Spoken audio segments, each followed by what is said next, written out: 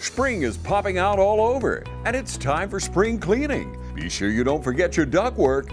Call Premier Heating and Air today and clear the dust from your ducts and keep your unit running smoothly. Through the end of April, receive a free indoor air treatment system with the price of a whole home duct cleaning. And with temperatures heating up, make sure you keep your cool with a $49 AC checkup special. Need a new unit? Get up to $2,000 off qualifying systems. Schedule a visit and get a quote today at premierishere.com. The choice is clear. Choose Premier. Premier Heating and Air, a locally owned and operated company. Offer ends April 30th.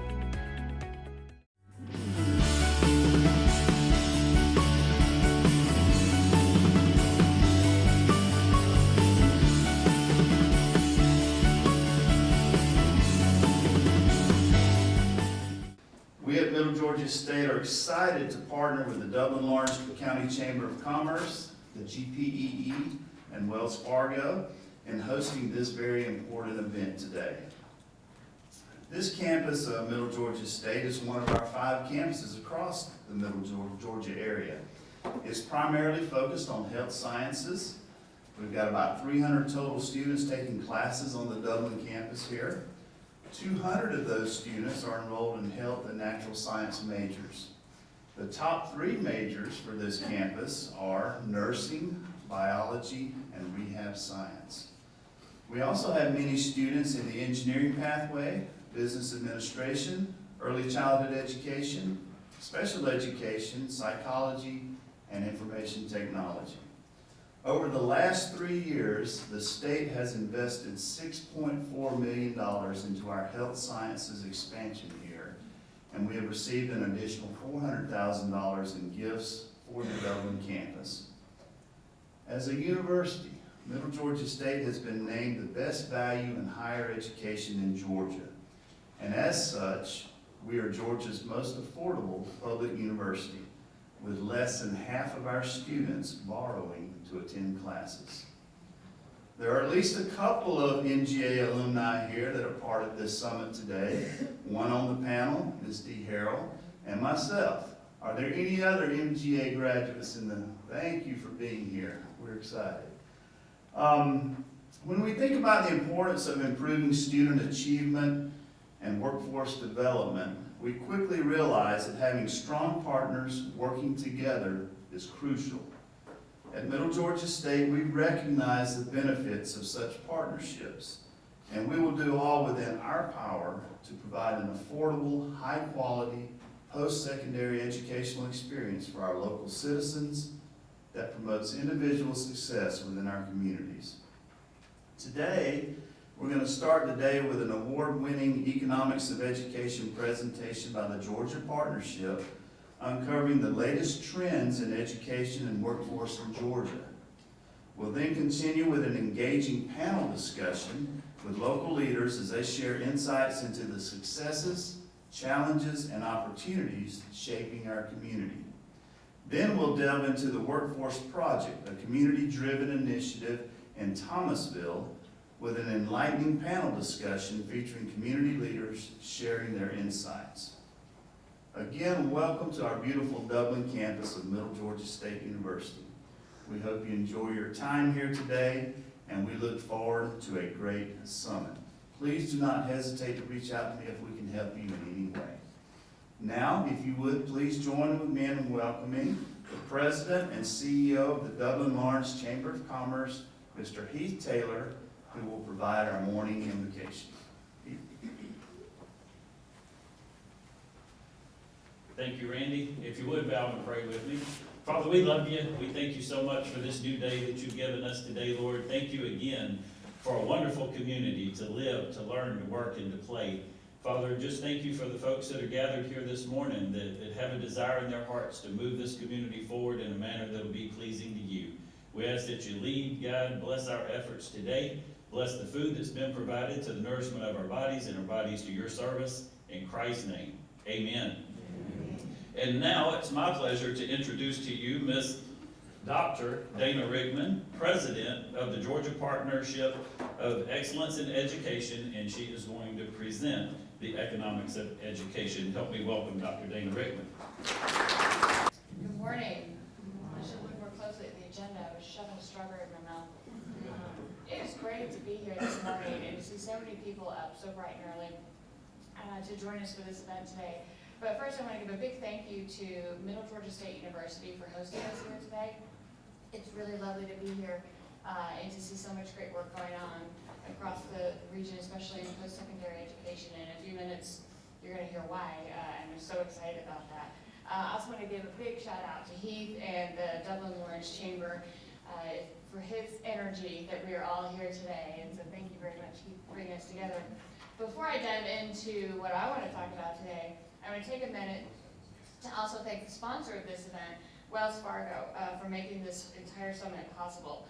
So if you please give a round of applause to a local girl, if you will, Ms. Sarah Upshaw, the branch manager for Wells Fargo, to bring you some words. Hey, good morning, everyone. As Dana said, my name is Sarah Upshaw.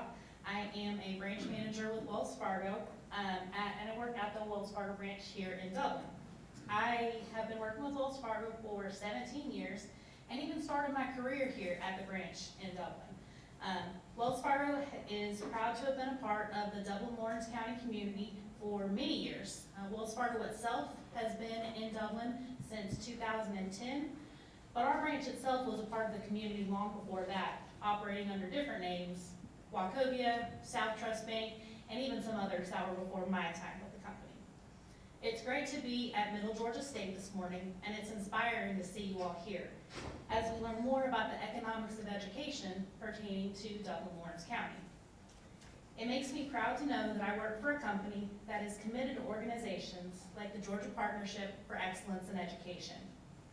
Wells Fargo has a long history of support for GPEE, as we understand the value of supporting organizations whose mission is to create better educational opportunities for students and more positive economic outcomes for our communities. Thank you all for attending today. Spring is in the air at Roach Farm and Garden.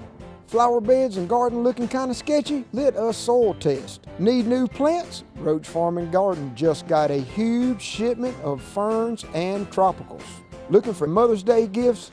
Roach Farm and Garden has you covered. Garden accessories, flags, wind chimes, and more. Time to get those salt licks out for the deer. Roach Farm and Garden carries trophy rocks and 50-pound mineral blocks. Don't forget, Roach Farm and Garden has a full line of deer feed. Looking for some shade? Roach Farm and Garden has you covered. Pecan trees, fruit trees, and ornamentals. And while you're picking up your tree, check out our huge selection of concrete statues. In the need for seed, Roach Farm and Garden carries everything you need for your garden or farm. And as always, Roach Farm and Garden carries feed for just about everything. Have a happy Mother's Day from all of us at Roach Farm and Garden. 2 locations, Dublin and Wrightsville. Hi, I'm Brandy, and I would like to invite you to experience our newly renovated mammography suite at the Fairview Park Hospital Breast Center. Our breast center has its own dedicated entrance with a relaxing boutique-like waiting area. You can make your appointment online anytime at fairviewparkhospital.com or by calling 478-274-3919. Most appointments take 30 minutes or less, and we will have your results back to your doctor within 24 hours. Thank you so much, Sarah, and thank you for Wells Fargo's continued partnership with the partnership over the years. It's been very invaluable.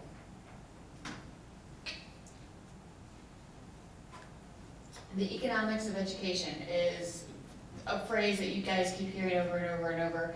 And so I'm going to explain to you all what we mean by that. But first, before I dive into our presentation, many of you may or may not be familiar with the Georgia Partnership. So I'm going to give you just a little bit of background on us, and it'll help make the rest of this make a lot more sense. The Georgia Partnership was formed by a partnership between the Georgia Chamber of Commerce and the Georgia Economic Developers Association back in 1982. So we are 30-plus years old. We are a nonprofit, nonpartisan, all the non-things, advocacy think tank that really looks at education and workforce development policies. Why, you ask? I'm sure you were all asking why.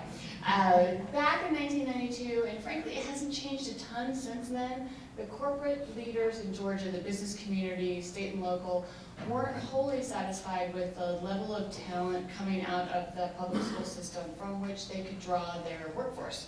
But they didn't know how to partner, how to engage, how to advocate, because every industry and field has their own language. So, study committee, all that thing, boom, partnership was born.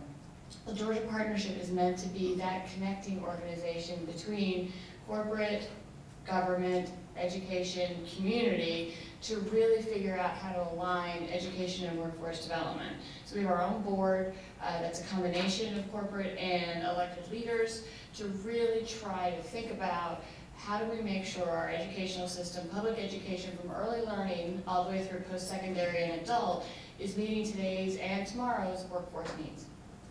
I like to tell that story before each event, and for any of you who've seen me before, I know you say that all the time, so you understand from our perspective, we come at education and workforce policy through the lens of economic development. I think we can all agree that there are many, many reasons for a high-quality, strong public education system.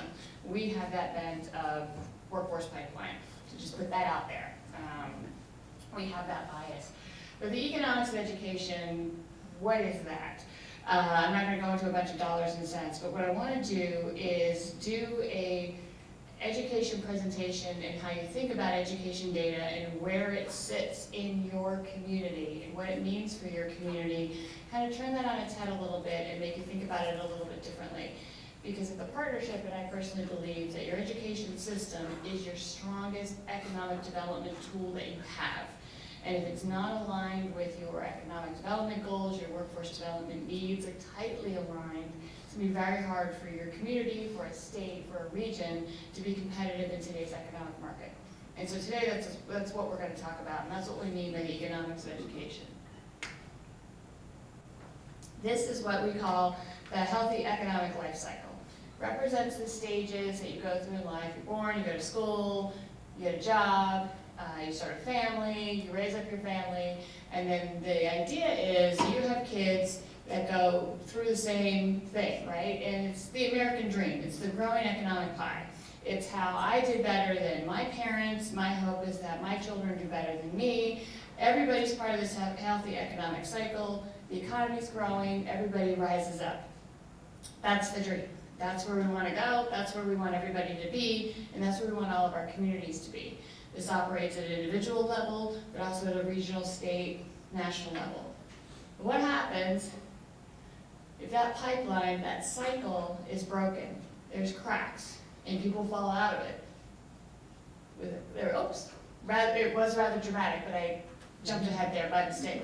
But if you fall out of this pipeline, you drop out of school, you don't finish high school, or you don't finish post-secondary, right? So think about if you didn't finish, if you don't have a high school diploma, what would your job be like? How much money would you be earning? Where would you be living? How would you support your family? What would your children's lives be like, right? So you drop out, you tend to live in areas that are less expensive because you don't have as much money. But you think about this at an aggregate level, that we have not only entire neighborhoods, but entire communities and sometimes counties in Georgia that have been disinvested for generations. And so children are being born into those environments that come with a lot more what we call toxic stress, more low birth rate babies, more violence, more hunger, all of these things. Of course, violence and hunger can happen at any economic level, but areas of concentrated poverty, these kids are going into the system. Now, I'm a big proponent of the Georgia Pre-K program. It's awesome. It does great things. And the public education system does a lot of great things, but they can only do so much, and they can only overcome so much. So then those kids drop out, right? And so you have generations stuck in this poverty cycle. We saw it happen during the recession in 2008, where more Georgians were stuck in the poverty cycle than in the healthy economics life cycle. And so as an economy, that's not sustainable in the long term, and it can tip. And it affects all of us, whether we're in the healthy economic life cycle or not. So the idea is, or the theory of change, if you were, we gotta get people out of the poverty cycle, back into the healthy economic life cycle because it helps us all. So a little bit of data, and anybody who know me, what was Twitter handle is Data Dana. I love data. I was trained as an econometrician. I'm not going to do that to you, but I can't get through a presentation without data, but no cool scatter plots. We have a workforce crisis, and I think everyone in the room probably knows that. That's probably why you're here. Now, what's interesting is I'm going to start. This is before COVID, and so to kind of give you a starting point here. Our friends at SREB, the Southern Regional Education Board, they did some research, and in the fall of 2019, going into 2020, they published this report and said, we have a crisis on our hands. If we don't do something different by 2030, 4.2 million automation is coming. And in 2020, we're like, yeah, automation, and I heard a thing about that, things are getting quicker or whatever. We're gonna have 1.5 million workers either unemployable or stuck in dead-end jobs. You notice I said unemployable. It's not just unemployed. It means they don't know the skills, they won't be able to be employed. That's a lot of people. So that was like a looming crisis in 2020. But a lot has happened since then. So the question for us is, the root cause, all the data, why was this happening, right? Why was this a crisis? So you dig in and there's two main reasons. We saw this come, we knew this was coming, we saw it coming. Two main reasons. One, this. Not that specifically, but that represents automation, right? All of us have been to order things and check out. Automation is moving fast, right? Most of us have jobs now that have been impacted by automation.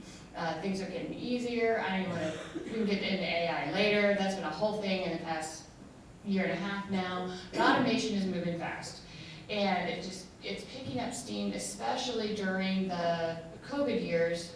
I hope are in our rearview mirror, it got faster, right? And so the thing is, you look at this, and a lot of people were like, oh, this replaced jobs. Technically, yes, but it also created more jobs, right? There's got to be somebody to program this, a graphic designer to set it up, a whole logistics supply chain to manufacture it, get it in place, set it up. Gosh, I hope there's people who are trained to fix it. I don't know how many people you go to check out and only 3 of the 4 are working, and so you have a much longer line. So there's a bunch of jobs behind this one thing, but they're highly technical and they require skills. And they require something beyond the technical skills it took for the person whose job this replaced, the person checking you out. And so what's happened is, jobs are being created, but the people who are being replaced tend to be those on the lower income, less skill set job. They need to be trained and trained up to get these new jobs. Well, that's one aspect of this, is this growing automation, and it really has affected our labor market. And so talent growth, this came from our friends at the Georgia Chamber of Commerce, so this is just a snapshot of the growth of what's going on in the jobs across the state and what we can expect. There's probably not a lot of surprises here. Before I came down, I looked up Lawrence County in particular, and shout out if this sounds wrong, but according to the data, y'all's top occupation here, registered nurses and retail salesperson. Which is great. When Randy Thomas was talking earlier about the big enrollment around here is nursing, health sciences. That's fantastic. It means they're aligned with what you guys are going to need. The Lawrence County unemployment for February was down to 3.6. The largest sector that you guys have around here, healthcare and social assistance. The next largest sectors in the region, retail, trade, and manufacturing. Over the next 5 years, employment in Lawrence County, your fastest growing sector is expected to be mining, quarrying, oil, and gas extraction. The strongest forecast by just sheerly numbers of people over this period, again, healthcare and social assistance. Does that ring true, or you guys want to throw tomatoes at me? Yes, no, Anyway, well, do with that what you will. This is what the data says. So anyway, job outlooks. A lot of healthcare, pretty consistent with the rest of the state. We know we have nursing is a big one, healthcare is a big one, a lot of shortages there. And so thinking about the types of employees and workers that we need now and in the future. So this is where we're going. And a lot of these are impacted obviously by automation and all these things that we need, the technical skills.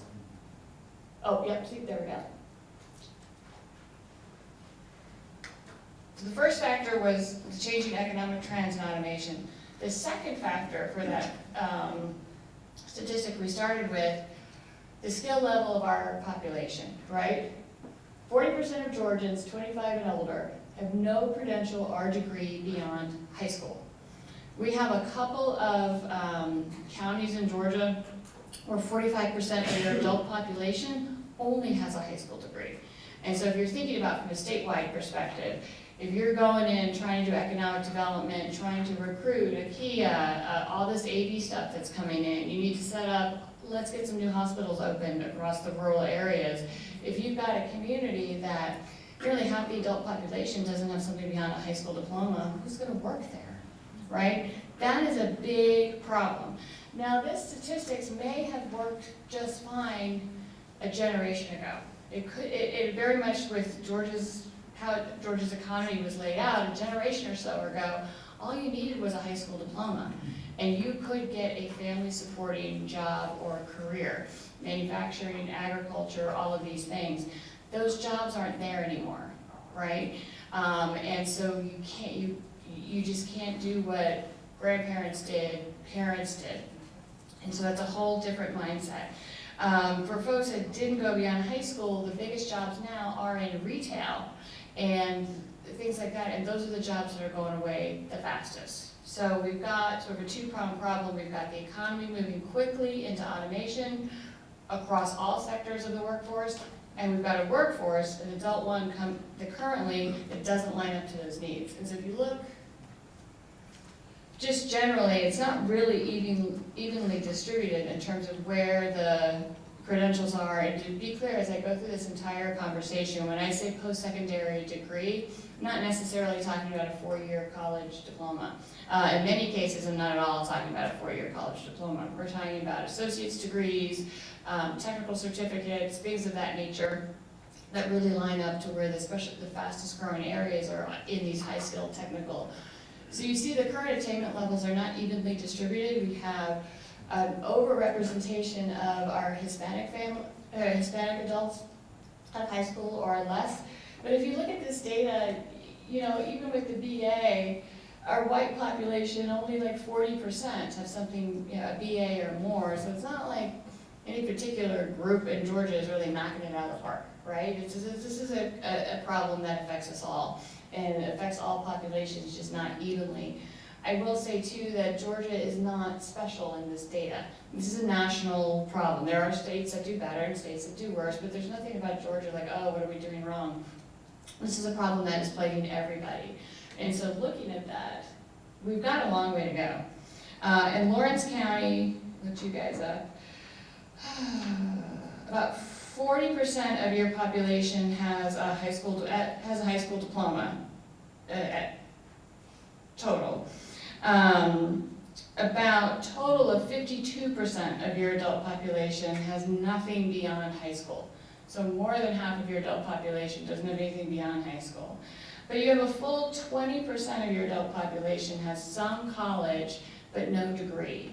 And I'm going to get back to that. That's a really fertile ground that a population that has a lot of potential. They're right there, but there are a lot of barriers that you have to work through. So thinking about how to address that, how do we quickly get those people who have some college, they're probably close to a credential of something, how do we get them back in quickly? Looking at the pipeline coming through, part of the solution is to make sure that the kids in the pipeline that are coming out are ready and have the skills that we need to do what they want to do. But a couple of things here. This is our current sort of demographic makeup of the K-12 public school system. We are a minority state in that regard. And so if you look at the kids who are enrolled, they're more likely the students that are not going to achieve at the level that we want them to. But also another problem, even if every kid in the pipeline graduated honors cum laude high school, went right into whatever, there's not enough kids in the pipeline to make up that difference in the jobs that we need. So it's a two-pronged thing. We need to make sure we take care of the kids coming through the pipeline, but also the adults that are currently in our community to really get to where we need to go. And where do we need to go? Here. All the economic forecasting data tells us this. All the fancy researchers tell us this. I got a really cool scatter plot that tells us this. For us to remain economically competitive as a state, we need at least 65% of our adult population having some sort of post-secondary credential. And I would say credential of value. It's really hard to measure. But what I mean by that, and apologies to any French majors, we don't need 65% of our adult population having a PhD in post-secondary French literature in medieval times, right? We have a couple of those. But as a workforce, we need people in credentials and degrees that really line up to where we're growing economically. And we're just not there yet. Our friends at SREB, I say the great news for last, they updated their research from 2020, as we went through COVID, and they say now by 2025, for those of you who get lost in time like I do, it's currently 2024, so by next year, it's 2024, right? Okay, great. By next year, 45% of our total workforce, that's about 2 million people, are now at risk for unemployment or being stuck in low-wage jobs. Because of the pandemic and all the economic changes that happened during the pandemic, all of those automation trends we were talking about in 2020 accelerated quickly, and so the timeline sped up. So our job got exponentially harder in terms of meeting that 2030 goal. It's now next year. 40%, that's 2 million people, are now at risk or risking unemployability, or just being stuck in a low-wage job. And so this is an urgent crisis in terms of how we educate both the kids in the K-12 pipeline, but also our adult population to keep up with these changing trends. So what we need, expand options to all students and all student subgroups to meet, oh yeah, see, there we go. This is my pipeline. What we need to do is strengthen the pipeline. The public education system, again, early learning through post-secondary, it's their job to get folks through, to really take them from pre-K, even earlier, through K-12, transition to post-secondary, and then into work, and then sometimes back post-secondary work. It's their job to get people through. But as anybody knows, if you're standing in your kitchen and you look up and there's a water stain on your ceiling, you're like, something is leaking. A lot of times it's not necessarily a clog in the pipe, right? There's a crack, and the water is just leaking out. And that's what we mean by here today. Even if you're not an educator, if you're not in the education system, there's things for you to do. We talk about insulating that pipeline. How do we get the proper insulation around to keep kids and people in so that the educators can do their jobs? So we're going to talk about insulating the pipeline, but then we're also going to talk about the state of that pipeline right now. So for our business leaders in the room, we really need to start thinking about, again, public education is an important tool. How do we strengthen it? How do we insulate it to make sure that kids stay in and the system has the supports that they need to get everybody ready? So where do we start? Post-secondary, I'm going to start at the end of the pipeline to figure out why we don't have enough grads. Believe it or not, this is a good news slide. I'm going to get to why. But first, you take an average 100 ninth graders enter ninth grade, right? 84 of them are going to graduate on time within 4 years. And that's our approximately 84% current high school graduation rate as a state. Of those 84, 63 are going to enroll in some institution of higher education within a year and a half of graduating high school. That's a really good news story. What that tells me is the average high school graduate knows they need something beyond high school, right? They're enrolling, they're trying. Of those 63, 53 are going to make it to their sophomore year. What I mean by make it to their sophomore year is not get a 2-year diploma, it's they actually enter first day, second year of class, right? So if you look at the overall pipeline from 9th grade to enter first day of second year of class, we're losing about 47% of those students. They're falling out somewhere. Why is this a good, because that's bad news. And I will give you that some people take more than 4 years to graduate high school, and some people come and go and come back in, so we'll pick up a couple along the way, right? But generally, we're not gonna pick up 47%.